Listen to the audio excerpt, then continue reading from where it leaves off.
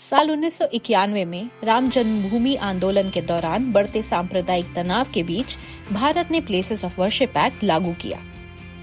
इस एक्ट के असल मकसद हैं पूजा स्थलों के धार्मिक चरित्र को उसी तरह बनाए रखना जैसा कि 15 अगस्त 1947 को था और किसी भी पूजा स्थल के बदलाव पर रोक लगाना।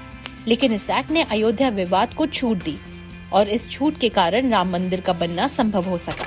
अब आते हैं इस एक्ट के पीछे के तर्क पर। पहला, धार्मिक स्थलों की मौजूदा स्थिति को बचाए रखना और दूसरा, ऐतिहासिक वजहों से उठे सांप्रदायिक विवाद को रोकना। ये भारतीय संविधान के आर्टिकल 14 और 25 के अनुरूप है। लेकिन रुकिए, बराबरी, धर्म की स्वतंत्रता, कैसा संविधान? आज के भारत में हिंदुत्व ग्रुप इस एक्ट को प्राचीन हिंदू विरासत को दोबारा पाने के रास्ते में एक रुकावट के रूप में देखते हैं, जिसे सदियों पहले कुछ मुगल शासकों ने नष्ट कर दिया था। खैर, मुद्दे की बात यह है कि अब इस एक्ट की संवैधानिक वैधता को चुनौती देते हुए कई याचिकाएं दायर की गई हैं, जिससे और भी विवाद पैदा हो गए हैं। भले ही 2019 में अयोध्या फैसले में सुप्रीम कोर्ट ने इस एक्ट के इरादे को बरकरार रखा था। हिंदू ग्रुप्स का दावा है कि मथुरा में शाही मस्जिद भगवान कृष्ण के जन्म स्थान के ऊपर बनाई गई थी। इसी तरह ज्ञानवापी मस्जिद पर भी दावा किया जा रहा है कि इसे काशी विश्वनाथ मंदिर के ऊपर बनाया गया था।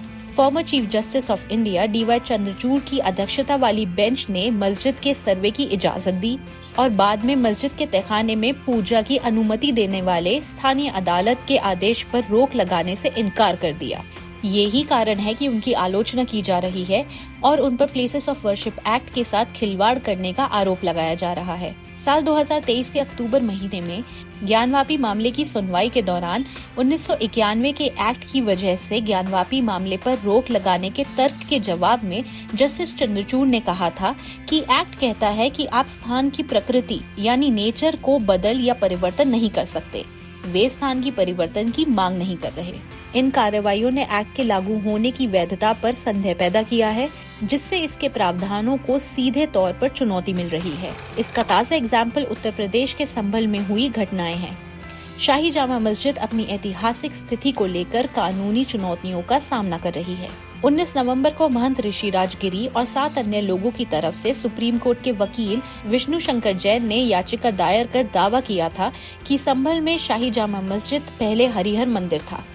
उसी दिन सिविल जज आदित्य सिंह की अदालत ने याचिका स्वीकार कर ली और मुगलकालीन मस्जिद का सर्वे करने का आदेश दिया।